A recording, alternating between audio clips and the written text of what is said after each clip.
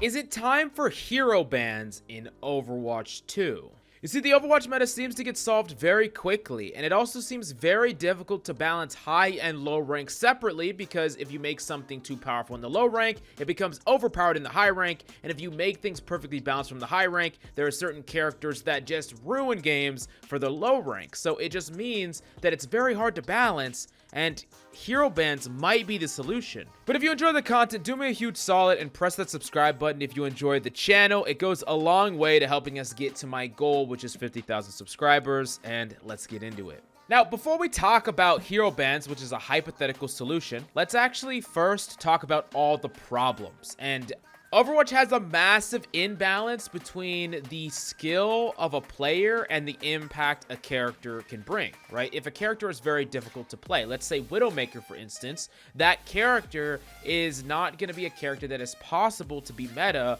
at the majority of ranks, because you need a certain skill level to actually apply what that character can do at a pro level. So let's say hypothetically we're in a meta where Widow is like god tier when you get to Grandmaster. And Widow is so strong that it's just dominating the rank, and it just is a very, very frustrating experience for streamers and high-level players and pros, right? But Widowmaker isn't affecting the other ranks at all. So players are like, hey, let's nerf Widowmaker at the top level, Masters and above. But for the majority of ranks and people that want to play Widow, they're like, don't nerf Widow. We can't actually win with Widow. And Widows are actually a throw pick in our rank. So it's a huge disconnect there. And it's very, very hard to kind of appeal to everyone, right? It's very hard to balance for everyone. In fact, I would say it's impossible to balance for everyone. And right now we're in a situation where on the pro meta side, we're seeing a quote unquote solved composition, where we're seeing Winston, Reaper, Sojourn, Kiriko, and Lucio that is just eating up all the pick rate. Now there's a couple of random picks being experimented with here and there, but it's like 99% of the time this is the solved composition. And this composition is a comp that is not replicatable in the majority of ranks, but it is a comp that can be replicatable as you start to get into Grandmaster games, and it's very, very strong. So you could just look at it and say, all right, let's just start nerfing characters. But the problem is a lot of these characters do not have a huge high win rate at the middle ranks. In fact, some of them even have mediocre or even low win rates in the middle ranks, depending on how low you go. So it's very hard to balance. How do we create a diverse meta while at the same time balancing things in a way that fits for players? And one of the best solutions to this potentially is hero bans. The idea behind hero bans is that you're going to be able to have certain characters that you get to protect and certain characters that you get to ban on both compositions. And with one of these surgical bans that could change from game to game, the meta is forced to change. Like, let's take this composition, for instance, this meta tier composition, and in a pro match or a Grandmaster match, if you all of a sudden banned Kiriko, now who are you going to fill that gap with? There are no heroes that can move quite like Kiriko can. And if one team has Kiriko banned, all of a sudden the entire composition has to change, because if they replace it with like an Ana or a Zen or a Bap, now there's a dive target that is vulnerable, which means that they can't really play that same composition, and it could change the entire thing. And when you're in situations where one team has a different character banned than another team, now, there is no mirror matches, no mirror compositions, and it encourages you to be more flexible. And all of a sudden, let's say there's a character that completely shuts down another. Like Sombra, for instance, is a character that in one meta shuts down Wrecking Ball, but that character gets banned. Now, Wrecking Ball for this pick and ban match could be the meta tank. And there's a lot of situations where you can have this artificial movement of the meta and have it to where even if something is dominant at a high rank, you could just ban it, and it can make it so that it's easier to balance for the vast majority of ranks when you add in hero bans. Now, there is a question though, should hero bans be something that is only applied to high ranked play, to only pro play, to every rank? And that's kind of up in the air. I do think that it's a little bit strange to have hero bans in the vast majority of ranks, because you would want to ban very random things and you don't necessarily know what your opponent's going to play. So like you could say, oh, I don't really want to lose to a Pharah Mercy because I just played against one and it sucks, so you'll all ban Pharah. and there's actually no Pharah players on the enemy team, which is just like, it feels like a waste, and it feels like you could get lucky and just hit something randomly, as opposed to when you are playing in Grandmaster Plus, there's a more defined meta, and players know that meta, so it makes a little bit more sense for there to be bans there. But then you come up into these other problems, like, let's say you're a known player of a certain character. Like, let's take Zebra, for instance. We always talk about Zebra on this channel. Let's just take Zebra, for instance, and we grab him, and we just say, all right, we know who he is. We're up against him. Let's just ban Doomfist. Every time we go up against him, we're just going to ban Doomfist, because that's just what we want to do. We just want to ban whatever he's going to play. And it's just really weird, because then he's like incentivized to play on an alt and hide his name, and you have like an extra advantage knowing what the enemy is going to play. There's like a lot of like little problems that I think could come up here.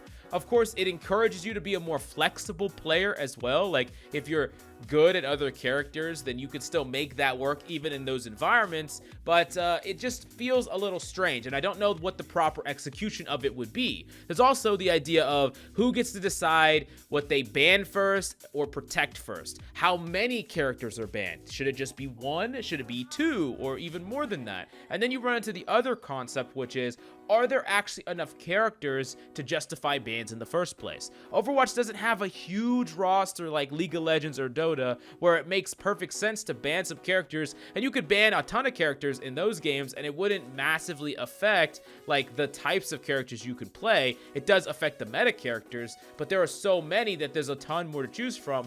But when there's only freaking 8 supports and you ban one, that could just change so much about what is possible to see play. But maybe that is more exciting, not less exciting.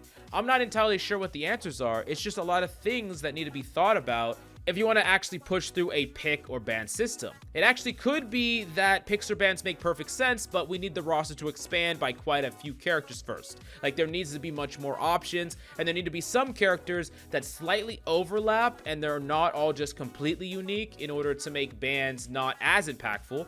But maybe that kind of defeats the purpose. So there's a lot of different factors here that kind of go hand in hand with balance. On top of that, this is not just a perfect solution to a dominant meta, right? Let's say we just take this meta, for instance. Characters that would get banned and protected almost every time would be like Sojourn and Kiriko. Every time. I'm going to protect that one, I'm going to ban that one. And that's going to happen almost in every game, because these characters are so strong that at the high levels, you want to either protect one of them or ban one of them, always. And you can't protect both of them, so that just seems like it would just create a different meta, where the meta is now no longer a Sojourn Kiriko. It would just be like some amalgamation, where if your Sojourn gets banned, now you're on Tracer, same Kiriko comp because you protected your Kiriko. If your Kiriko gets banned, now it's like a Mercy or a Mora or something, and then you're playing the same composition, but you have a little bit weaker poke potential, but at least the enemy doesn't have a Sojourn. It's just like a weird situation that I don't exactly know what is the perfect solution here. I do think that bans mix things up in a way that is kind of fun. For a while, I was having a ton of fun when Overwatch 1 was actually, they had pools of characters that were just banned, you know, at a time. Whatever character was most played in the pro meta previously, those characters were banned. I don't think that the execution of that made entirely the most sense, but as far as the fun factor, I had a ton of fun. I had a crazy amount of fun. The time periods where hit scans were all banned, the time periods where Brig and Mora was banned, the time frames where there was certain tanks that were banned. It was just like a blast of randomness sometimes that just created a very interesting experience that players had to adapt to. And it kind of pushed you in a different way, not necessarily based on your mastery of characters, but also you got rewarded based on adapting to a new meta very quickly.